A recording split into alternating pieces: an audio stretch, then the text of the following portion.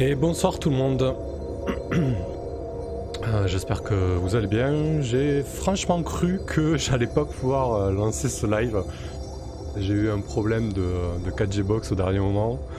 J'ai dû la bouger un peu partout. Donc là, je trouve sur une boîte de jeu qui se trouve sur la poubelle de la cuisine et la poubelle de la cuisine devant la fenêtre. Mais c'est bon, j'ai obtenu un upload correct. Donc n'hésitez pas à me faire des retours, mais normalement ça devrait aller.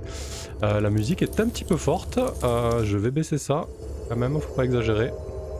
Bonsoir Tibbs, bonsoir Whipping. Hop, voilà. On va juste mettre un petit fond. Quand même mieux, voilà, parfait. Ok. Ah, j'ai pas changé le numéro de séance, ça, tiens. Hop là, je vais faire de suite. On est à la séance 7 de la campagne solo sur Iron Sworn. Salut Arkanjé. On va faire comme d'habitude un petit résumé de la séance précédente et on va se lancer. Kanji, je fais juste un petit passage, je ne peux pas rester mais j'essaierai de repasser avant la fin du stream. Bah écoute, c'est déjà sympa d'être passé, merci à toi. Ok, donc, qu'est-ce qui s'est passé la dernière fois? Alors, Sadia a réussi à rallier Lestara et Pombla à sa cause. Elles ont mené une curée. Pas à jour ça. J'ai changé le texte. Ça me va pas. Je vais le rafraîchir.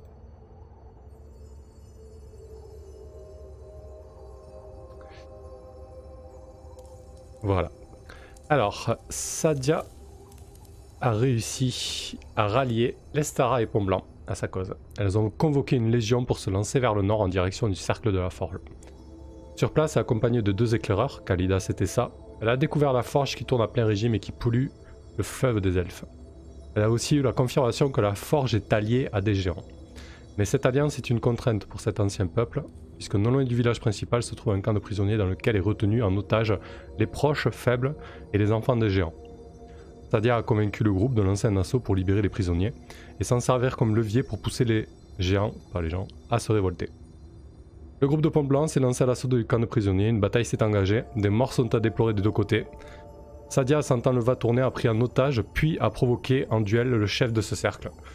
Duel à mort qu'elle gagna de manière totalement épique. Ceux qui étaient là la dernière fois. C'était super chouette. C'était chaud, mais c'était chouette.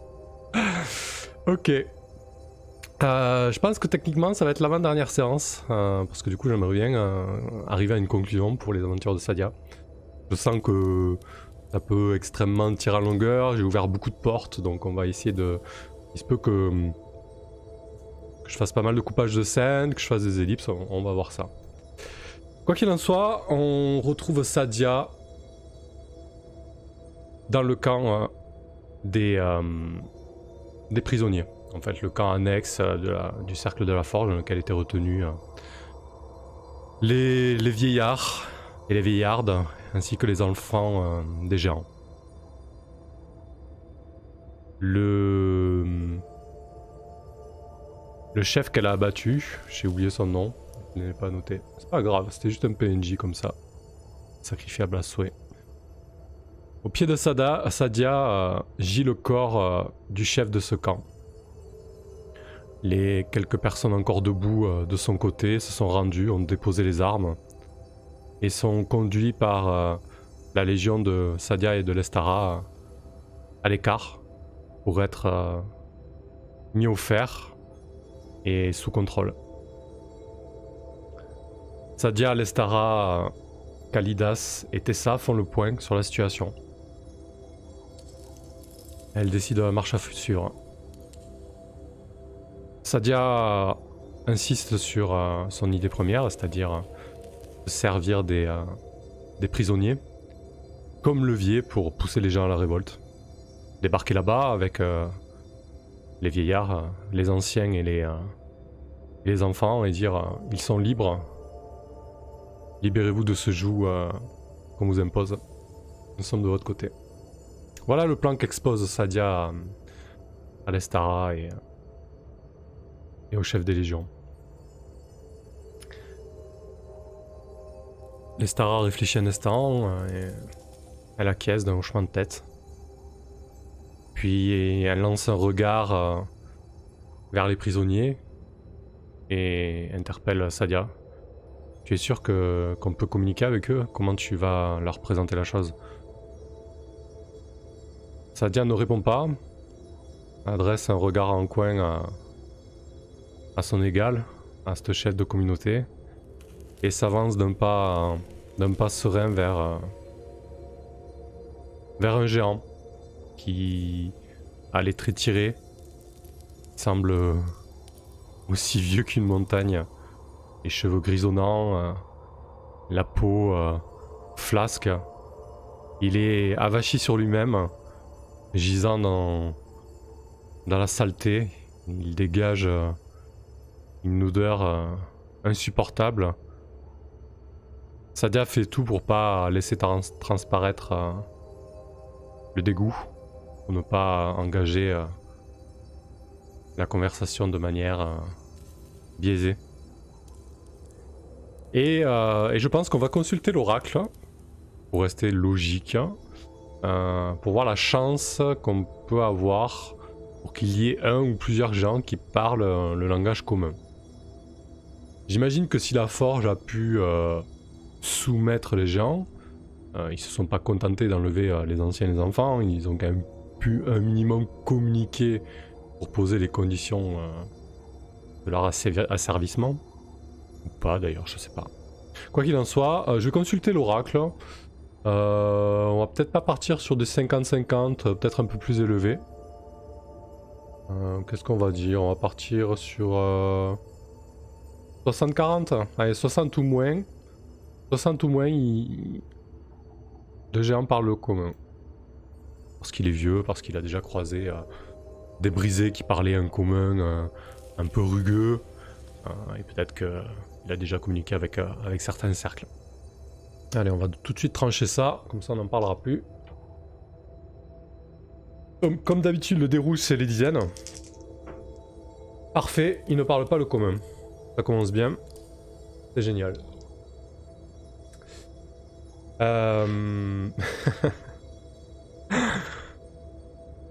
Donc Sadia s'approche du vieux géant et commence à échanger quelques mots. Enfin, pas échanger, vu qu'il parle pas, mais plutôt à déclamer quelques politesses, quelques mots d'engagement.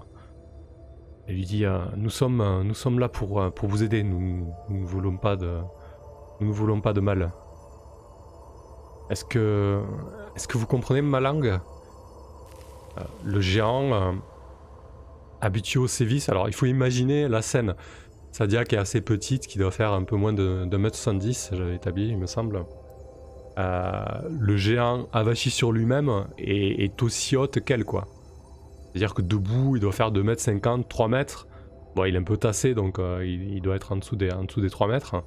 Mais là, avachi, elle peut lui parler les yeux dans les yeux, quoi. Avec son énorme tête qui fait la moitié du corps de Sadia. Surtout qu'avec la vieillesse, ses traits ont grossi, sont devenus beaucoup plus épais. Il a un énorme nez bossu et son visage plein de rides et aussi couturé de cicatrices. Il a d'abord un réflexe de sécurité, il recule, il a peur, il craint de subir encore des sévices. Sadia, t'as une main pour le rassurer. Et elle va essayer de se faire comprendre avec les signes. Des choses assez simples, assez universelles.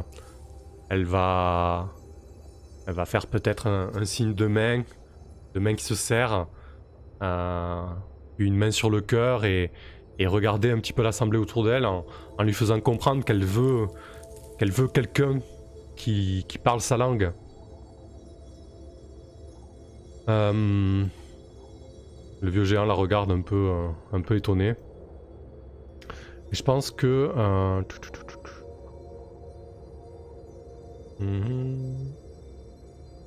Est-ce que je sais pas de récolter des informations là?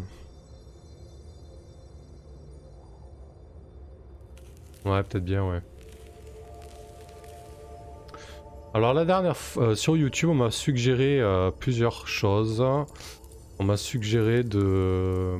Il y a une variante pour l'expérience. J'ai fait énormément d'échecs avec ce personnage et finalement je me retrouve avec un d'XP au bout de cette séance.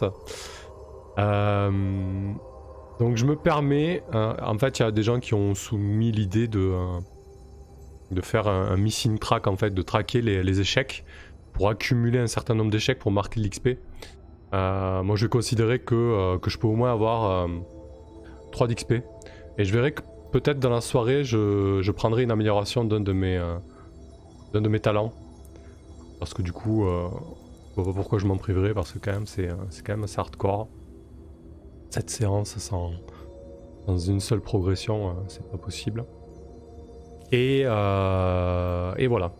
C'est totalement gratuit, mais il fallait le souligner. Ne vous étonnez pas si je prends une amélioration en cours de route. Donc, ouais, je pense qu'elle va essayer de recueillir des informations. En essayant d'échanger de manière visuelle avec ce gens et aussi en regardant autour d'elle un petit peu les réactions des autres prisonniers. Du coup, lorsque vous posez des questions, vous menez une investigation, vous fouillez une zone, vous remontez une piste, faites un G plus astuce. Ouais, Arcane G, le failure track, exactement. Si c'est toi qui me l'as suggéré, je fais pas le lien avec les pseudos, mais c'est cool. Du coup, G plus astuce, c'est parti. Donc la plus 3 en astuce, qui est plutôt pas mal. Alors, est-ce qu'il est bien droit ce dice? Ça va. Alors, 1 plus 3, ça fait 4. C'est un échec. Je crois que je vais au moins obtenir un coup faible. Parce que c'est pas possible de commencer comme ça la session. Alors je vais annuler. J'ai un 7, un 5 sur les dés de défi. Et j'ai un 1 plus 3, 4 avec mon dé de compétence. Du coup, je vais au moins annuler le 5. Donc en passant mon élan à 2. En réinitialisant mon élan. Et on m'a fait remarquer aussi que du coup, par exemple, avec le 7 en élan, je pouvais pas annuler un 7. Avec l'élan, tu peux annuler seulement un dé inférieur, un dé égal. Voilà. Donc, on va partir sur un coup faible. Tant pis pour l'élan. Hop. Ouais, il aura que c'est mis. C'est parti. Arcane, ça commence bien, tu mérites tes XP. Exactement, c'est clair. Coup faible. Sur un coup faible, l'information obtenue complique votre quête ou introduit un nouveau danger. Visualisez ce que vous venez d'apprendre et gagnez plus un d'élan. Ok.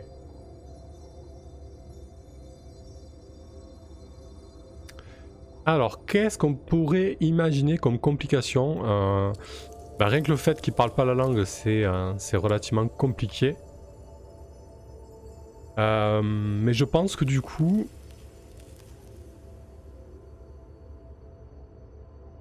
Ouais. Je pense qu'on va partir là-dessus. Je pense que finalement, le vieillard va l'aiguiller vers une matriarche. Qui baragouine le commun. La langue parlée par le peuple de fer. Mais cette matriarche va être plutôt dure en affaire. Disons qu'elle va poser des conditions assez détestables pour le plan de Sadia. Sadia invite le vieillard à se lever, à se dégourdir les jambes maintenant qu'elle lui a défait ses fers pour montrer un élan de confiance, en tout cas faire une démonstration de confiance, un geste envers eux. Le vieux géant se déplie littéralement, ses articulations craquent et bientôt il est debout, une masse voûtée, et il avance aux côtés de Sadia en direction d'autres prisonniers. Il y désigne une vieille géante qui visiblement a subi énormément de sévices. Elle a le visage tuméfié, elle a un bras qu'elle tient en écharpe, et elle est vraiment dans un sale état. Le vieux géant la désigne de la tête et il se met à gronder dans la voix des géants une espèce de langue gutturale, puissante et rocailleuse. La vieillarde sursaute et elle observe cette équipée singulière, Sadia, du haut de son mètre 70 et ce vieux géant côte à côte.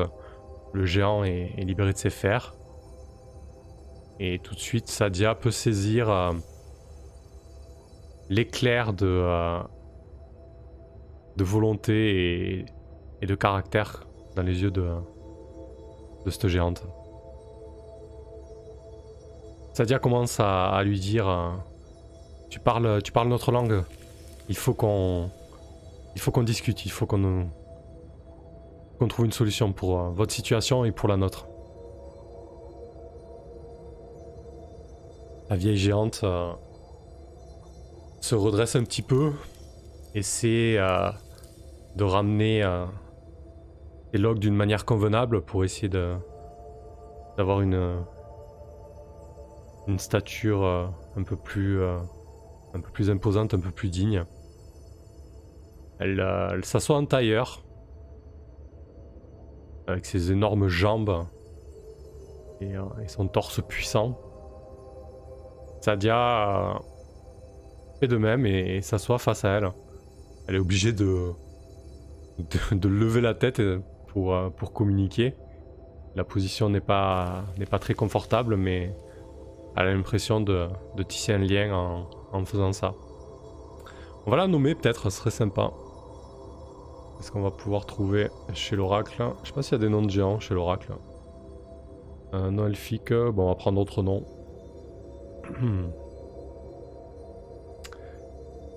FK. FK c'est très bien, c'est fait géant.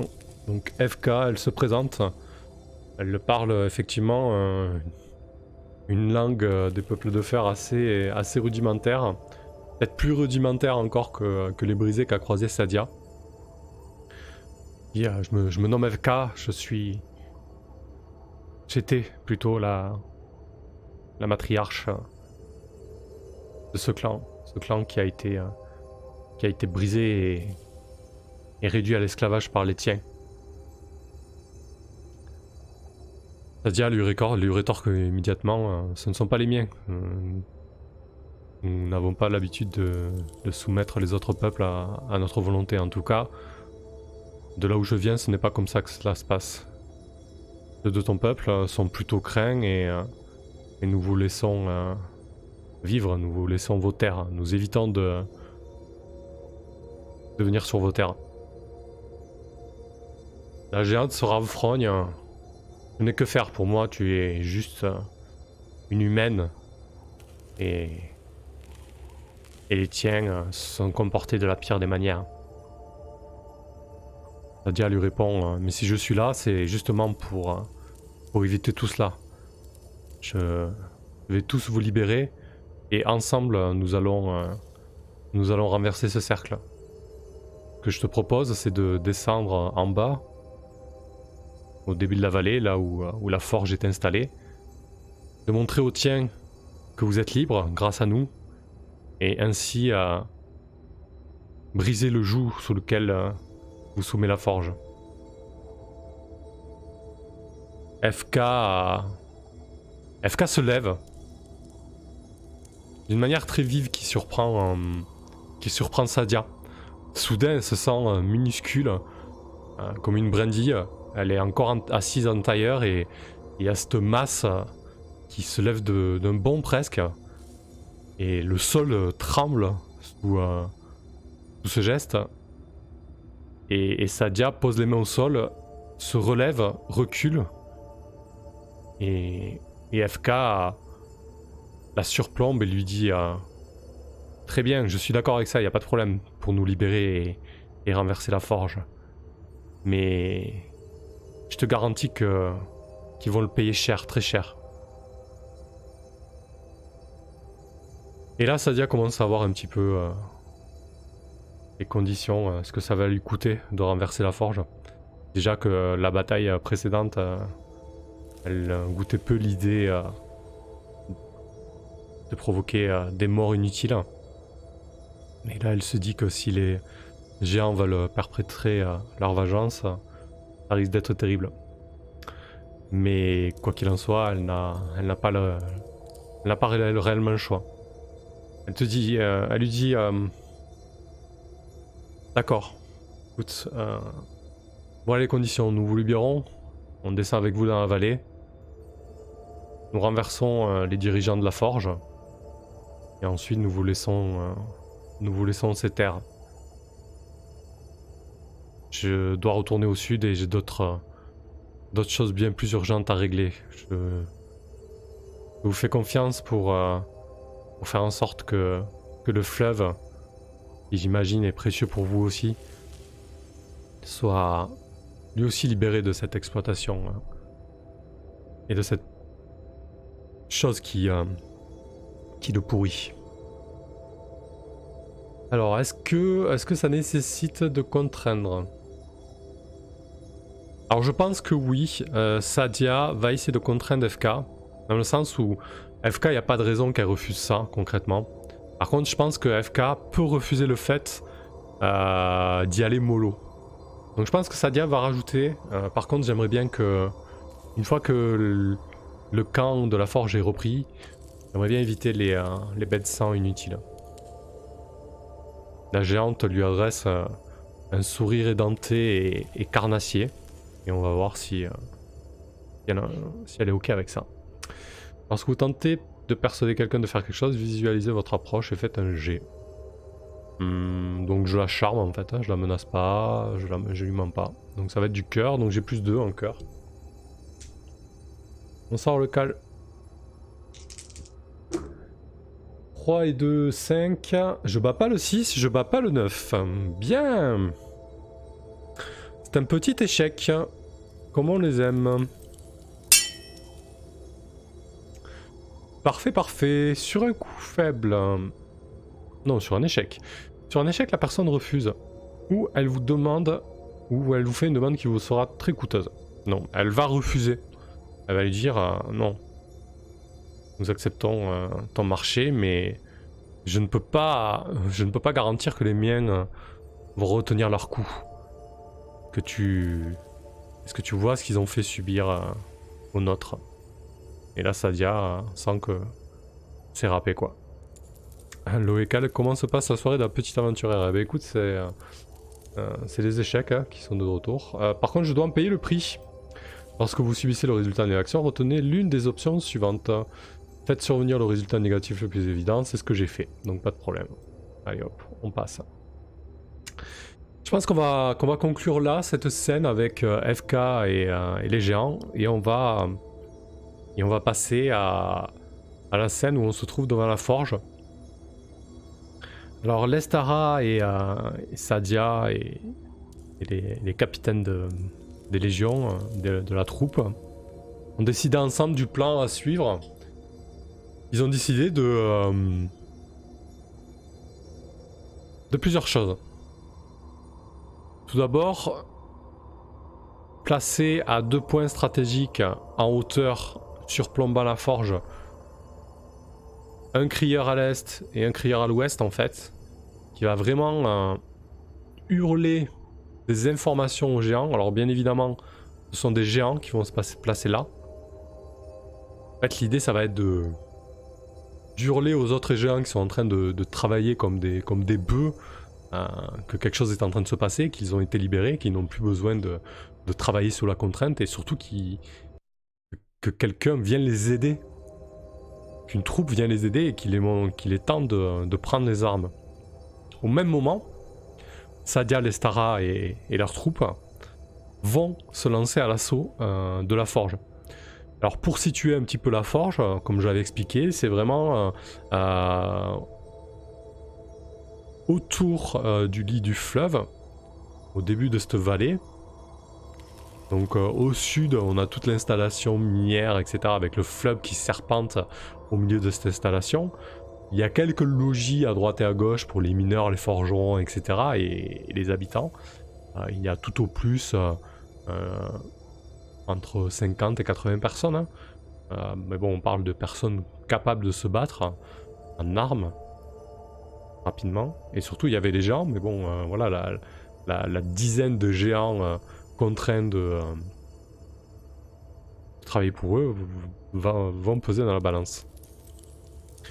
Et donc, vraiment, l'Estara, Sadia et les troupes vont arriver du sud et se lancer vraiment dans un assaut frontal en profitant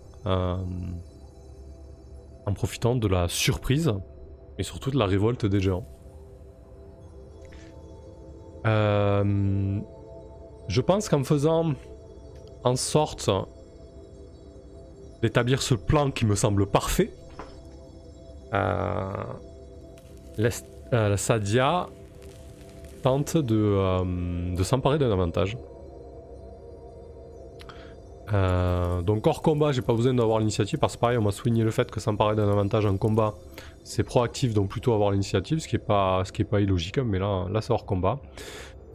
Donc j'évalue une situation, je fais des préparatifs en fait, c'est ce que Sadia a fait avec l'Estara. Alors, quelles compétences j'utilise? Rapidité, agilité, précision pas vraiment, charme, loyauté, courage non plus. Agressivement, ouais, je pense que c'est plutôt agressif. C'est un peu de la ruse aussi. Mais non, je vais plutôt dire que c'est agressif. C'est vraiment la surprise et l'assaut brutal qui va faire la différence, quoi.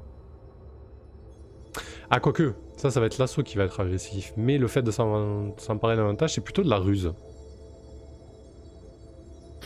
C'est pas le fort de Sadia, ça m'arrange pas, mais faut être cohérent. Ouais, faut être cohérent. Allez, tant pis, on y va. On va tenter de s'emparer d'un avantage avec la ruse. J'ai donc un +1. Bien évidemment, c'est un échec, hein, sans grande surprise. J'ai pas suffisamment d'élan pour faire que ce soit, parce que là, j'ai un 3 et un 9 sur les dés de défi, 2 + 1 sur le dé de compétence, donc 3. J'ai que 3 en élan, donc je peux pas annuler le 3 en fait, hein. Je peux annuler qu'un dé inférieur, je m'étais un petit peu planté sur les règles comme ça, mais c'est pas très grave. Voilà, donc c'est un échec. Décidément. Donc, sur un échec, votre tentative échoue ou vos suppositions vous égarent. Vous devez en payer le prix. C'est pas cool, putain. Pas cool du coup tout, parce que là c'est vraiment l'amorce de la bataille qui foire, quoi. Alors, soit je fais survenir le résultat négatif le plus évident. Soit je visualise 2 résultats négatifs et j'évalue les deux avec des statistiques. Soit je fais un jet dans le tableau suivant. Je pense que je vais faire un jet dans le tableau suivant. Et on va voir ce que ça donne. Allez, descend. Elle poisse quand même.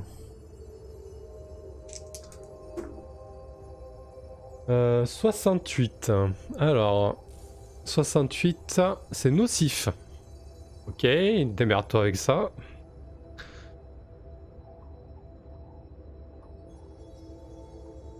Ah oui, bah je sais ce qui va se passer. Ça va très très mal tourner. Ok. Alors, ce qui va se passer en fait, c'est que les géants qui sont placés en hauteur par rapport à la cercle de la forge vont commencer à hurler leurs ordres et leurs informations. Donc les géants qui sont en train de travailler en contrebas vont tout de suite comprendre qu'il est en train de se passer quelque chose. On va voir des géants se saisir de chariots et commencer à les jeter sur les contremaîtres. D'autres prendre carrément des énormes rondins et balayer les structures qui servent à exploiter les mines et le fleuve. Vraiment, ça va, en quelques secondes, la situation va déraper. Dans le même temps, Sadia, l'Estara lancent leur assaut. Par contre, là où ça va être violent, c'est que FK, elle savait très bien ce qui allait se passer. C'est que les gens, ils vont taper comme des sourds sous tout ce qui bouge, quoi. Donc ça va être un massacre, concrètement. Ils vont pas du tout écouter les instructions que les autres géants donnent au-dessus. Ou alors peut-être que les autres géants donnent des instructions totalement différentes de ce qu'avait dit Sadia. Peut-être que FK et son comparse qui sont en train de hurler sont en train de dire mais pétez-leur la gueule à tous, faites pas de distinction, quoi. Voilà comment ça tourne, cette histoire. Donc, Sadia, lors de cette bataille, a un objectif avec l'Estara, c'est de s'emparer du point névralgique de la forge. C'est-à-dire la maison longue qui constitue la maison du chef. S'emparer de ce lieu, en fait, symbolique et stratégique qui surplombe un peu les installations. Donc, batailler. Lorsque vous êtes au cœur de la bataille et que tout est chaotique, et là je pense qu'on peut dire que c'est le cas, visualisez votre objectif et faites votre jet. Si vous combattez principalement à distance ou en tirant, c'est pas le cas. En écoutant votre courage, je pense que c'est ça. Pas au corps à corps parce que du coup, voilà, elle n'est pas vraiment contre un adversaire en particulier. Elle doit vraiment filer à travers le clan, la communauté, se battre tour à tour avec un géant, tour à tour avec un homme ou une femme et vraiment filer vers cet objectif-là. Ouais, je pense que du coup c'est avec cœur parce que c'est pas au corps à corps pour dominer l'adversaire, c'est pas de la tromperie, c'est pas des tactiques prudentes, on peut pas dire que ce plan-là était prudent. Donc on va partir sur du cœur, donc plus 2. C'est reparti, espérant que j'ai un peu plus de chance.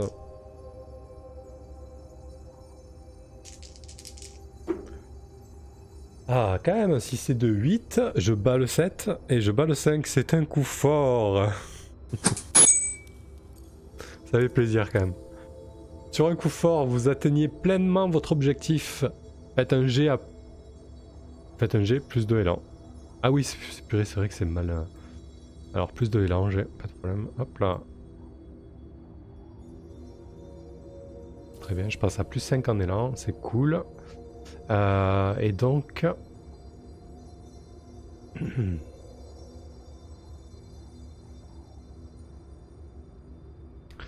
ok.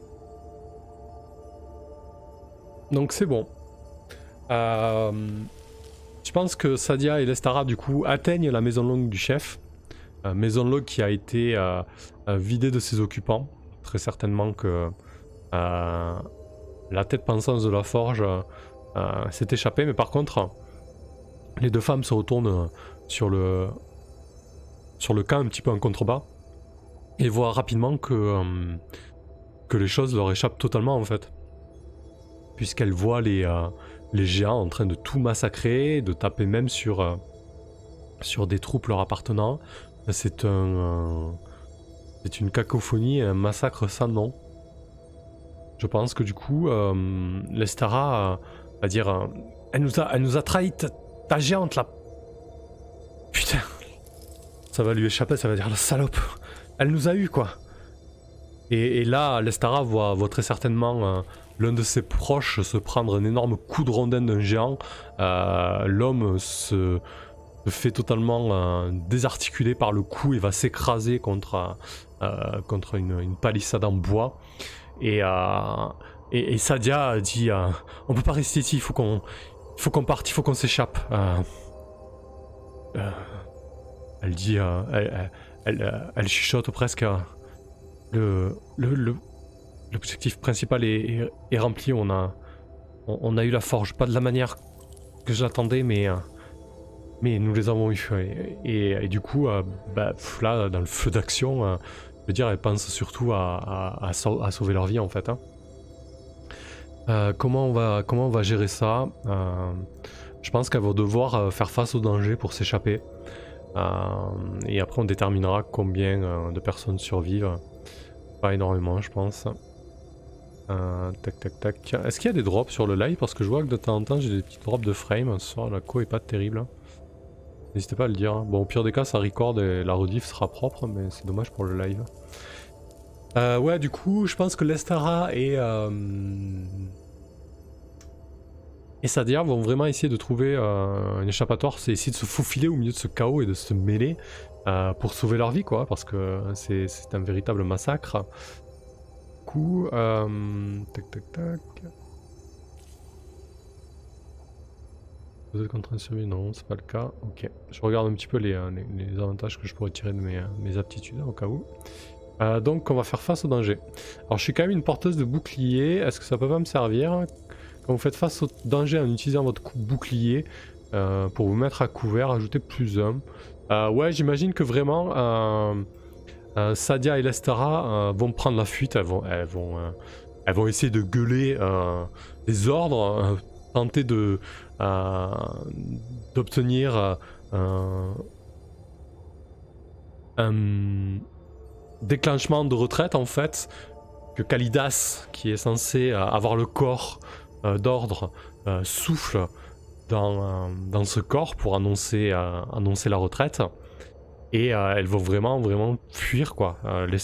Sadia va se saisir de son bouclier, de son épée, et va parer un maximum de coups s'ils arrivent, et surtout courir pour sa vie, quoi. Lorsque vous tentez quelque chose de risqué ou que vous réagissez à une menace imminente, visualisez votre action, c'est fait. Avec rapidité, agilité ou précision, je pense que ça va être ça malheureusement. Ouais, donc ça va être un G plus vigueur, c'est pas son fort. Elle a seulement 1 à vigueur, heureusement que je suis une porteuse de bouclier, donc ça va me faire un G à +2.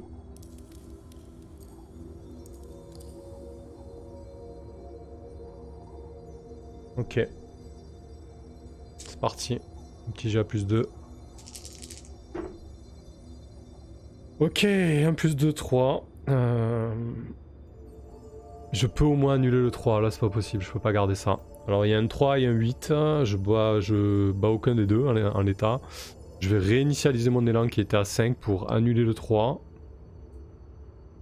Et je battrai pas le 8, ça restera un coup faible, mais c'est quand même mieux qu'un échec. Non, pas échec, pardon. Coup faible, on a dit. Alors, sur un coup faible, vous y parvenez, mais il vous en coûte. Choisissez l'une des options suivantes. Vous êtes épuisé ou blessé, subissez un dégât. Vous êtes démoralisé ou effrayé, subissez du stress. Vous sacrifiez des ressources, vous subissez -1 provision. Bon, les ressources, ça fait pas trop sens dans ce cas-là. Le stress, ça fait sens. Et la santé aussi, mais je suis à la rue partout. Mais j'ai vu un petit truc sympa. J'ai vu ça.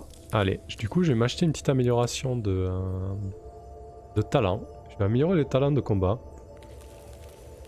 Alors, juste pour rappel, ça coûte combien déjà? Je crois que c'est 2 XP, ouais. Améliorer un atout, c'est 2 d'expérience. Donc, on va cramer 2 petits points d'expérience.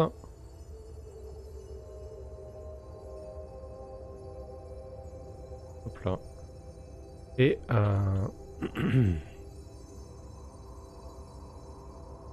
et je vais prendre donc ce talent dans le porteur de bouclier, qui est plutôt pas mal.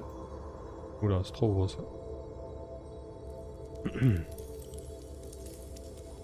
Alors, du coup, quand vous portez un bouclier décoré d'un symbole important et que vous subissez un stress contre un ennemi terrifiant, ajoutez +1 et gagnez +1 d'élan.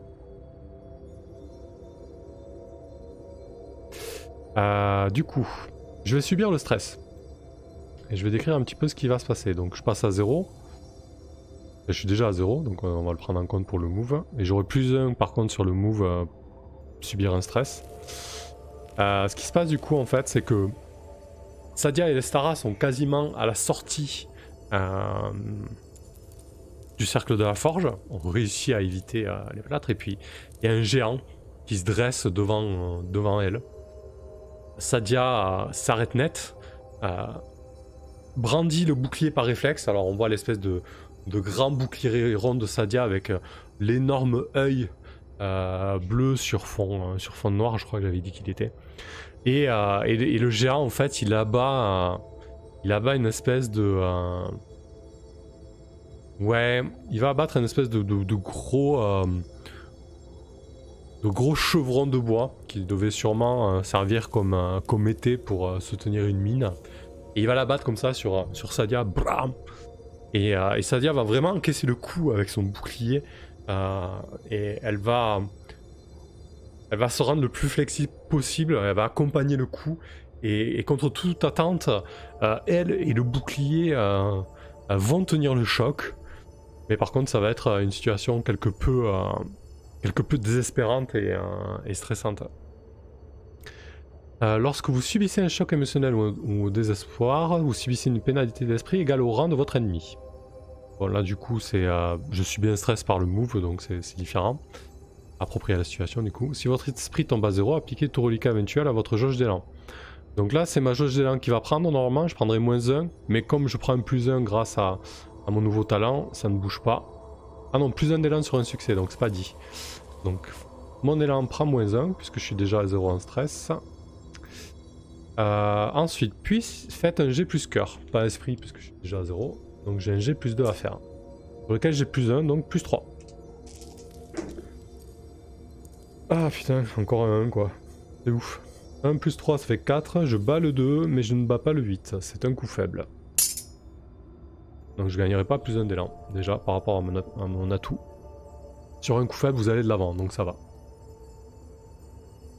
Ok, du coup Sadia et Lestara vont fuir la forge. Et je vais jeter les dés pour savoir combien de personnes survivent. Et ensuite savoir s'il y a Kalidas ou Tessa qui survivent. Je pense que je vais jeter un dé 100 et chaque dizaine c'est 2 survivants. Allez, on va faire ça. Bah non, mais je jette un dé 10 alors. Je jette pas un dé 100, je suis con. Un dé 10. Ok, il y a 12 survivants, ce qui est pas mal. Et sur les 12 survivants, on va déterminer si c'est... Alors si je fais 50 ou moins... Non. Si je fais 30 ou moins, Kalidas survit. Si je fais 60 ou moins, Kalidas et Tessa survivent. Et si je fais 60 plus, les deux meurent. Voilà, on va le faire comme ça, on va pas trop se prendre la tête. Ça. Ok, 60 ou plus, donc les deux meurent. Donc il reste 12 combattants. Et Kalidas et Tessa sont morts. La troupe se réunit à quelques encablures de la forge après cette débâcle. Les corps sont meurtris. Les cœurs sont douloureux. Beaucoup y sont passés. La forge a été vaincue, mais ce fut un échec terrible. Je pense que là, du coup, Lestara va être beaucoup plus morose. Elle va dire à Sadia, ce fut beaucoup trop coûteux ton affaire. J'espère que tout cela ne sera pas vain, que la guerre sera évitée et que tu parviendras à raisonner ton frère. Désormais, Pont Blanc est engagé jusqu'au cou avec toi, Sadia. Je veux dire, la forge est vaincue, mais on n'a pas trouvé le chef, on sait très bien qu'il a pris la fuite. Et surtout, désormais, avec ton fils qui est venu nous rendre visite, première rencontre sera aussi contre nous. Et que va penser Blarrock de l'arrêt d'approvisionnement des armes? J'avais un marché avec eux, Sadia. Alors j'espère que tout cela va servir. Sinon, il y aura la guerre et Pont Blanc ne sera plus rien.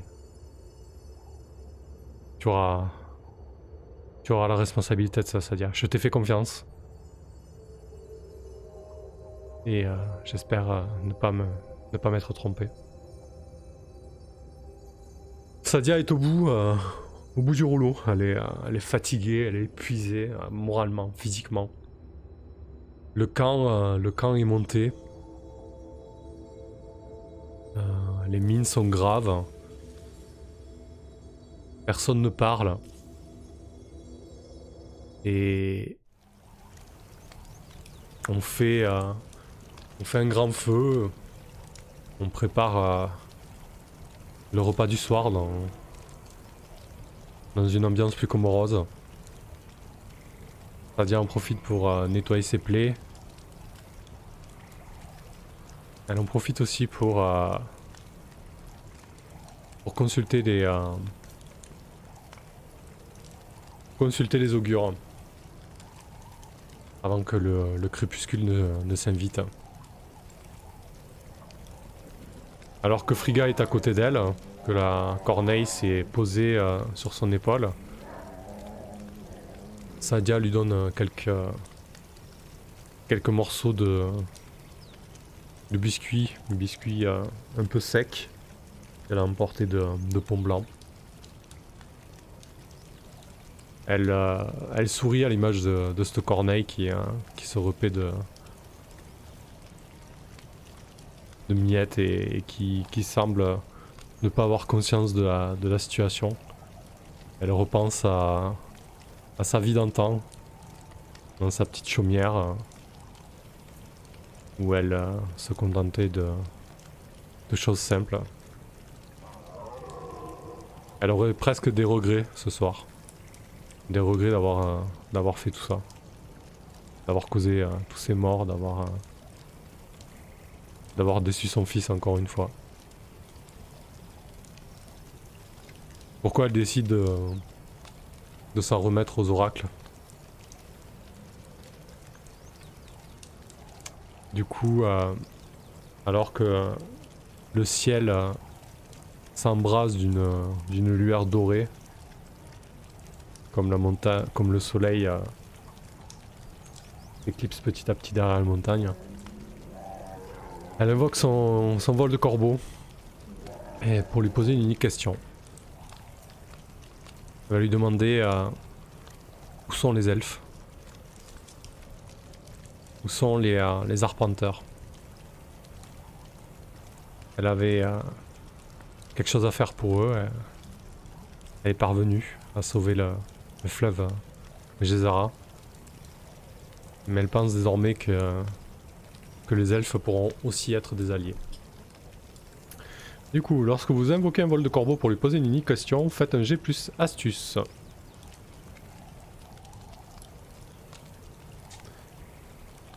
Hop. 2 et 3, 5. C'est un coup faible, parce que je ne bats pas le 7, mais je bats le 2. Je fais pas beaucoup de réussite. Hein. Sur un coup faible, les corbeaux ignorent votre question et vous offrent un indice lié à un problème indépendant, ou à une opportunité à la zone alentour. Super, les corbeaux, merci. Qu'est-ce que ça va être? Un problème indépendant ou une opportunité dans le coin.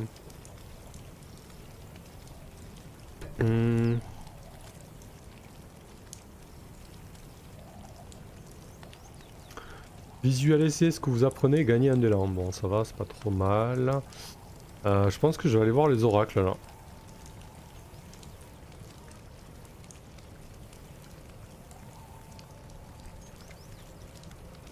Ah si, tiens, je vais... Je pense que...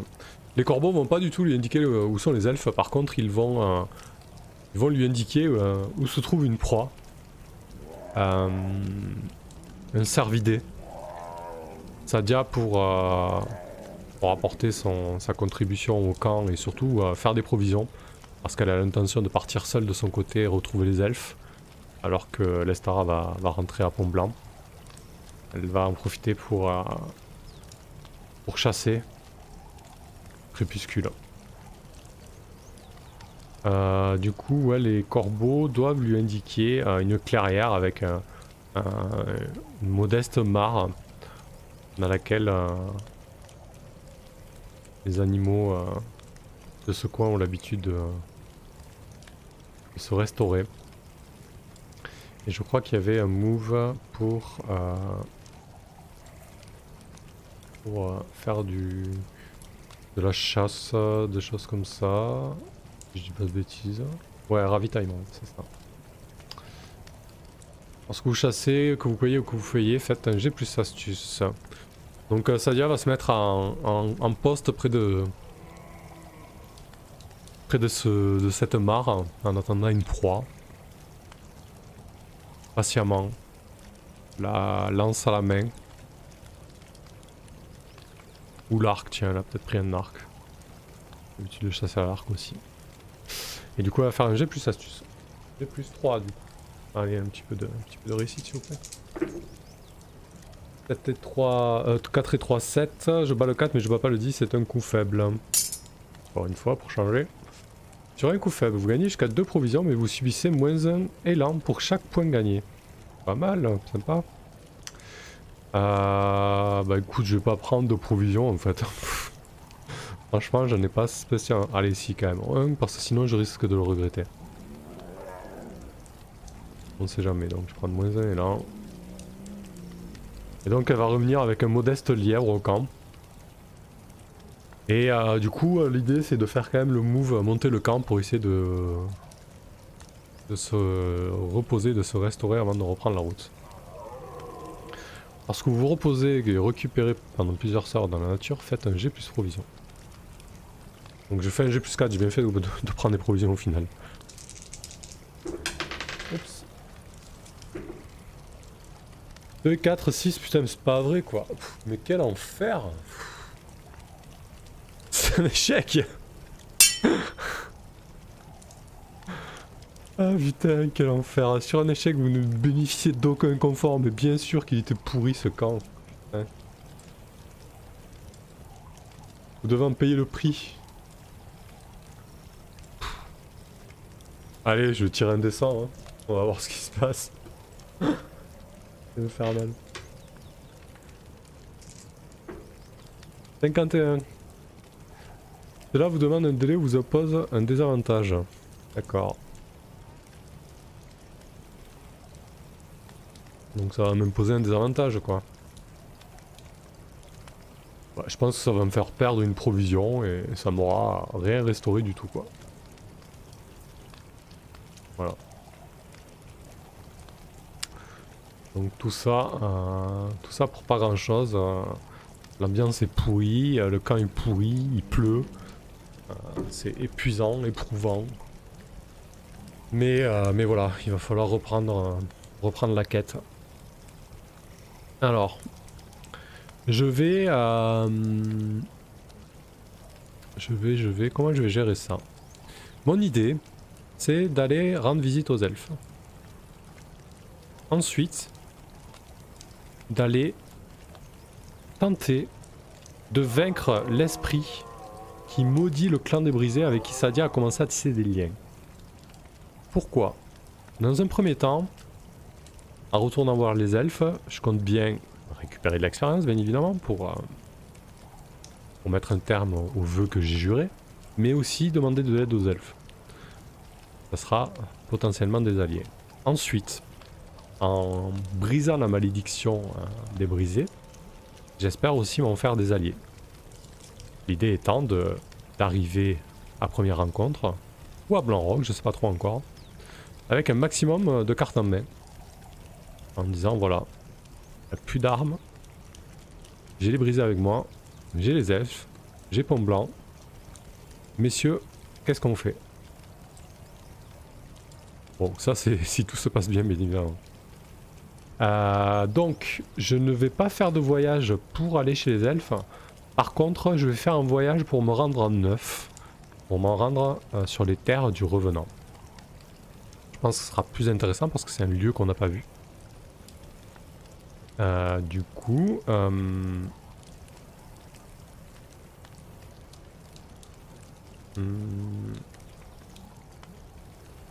Du coup, quand même, pour éviter le téléporte, entre guillemets, pour aller chez les elfes, je vais quand même agir face au danger, je pense, pour faire une espèce de voyage éclair. Quand même, qui ait des conséquences, hein, je veux dire, elle est au bout du rouleau, elle se lance toute seule dans la forêt, faut pas non plus déconner, quoi. Donc, voilà, on va la jouer comme ça. Donc, Sadia, le lendemain matin, prépare ses affaires. Elle explique à Lestara qu'elle doit rendre visite aux arpenteurs. Lestara doit hausser un sourcil. Habituellement, le peuple de fer n'a que très peu de contact avec les elfes. Et Sadia lui explique qu'elle espère obtenir leur aide, puisqu'elle les a aidés avec le fleuve. Et elle lui explique aussi qu'elle aura autre chose à faire ensuite. Qu'elle va tenter d'aider les brisés pour avoir des alliés supplémentaires. Nestara, qui est maintenant complètement liée à Sadia et à son plan, hausse les épaules,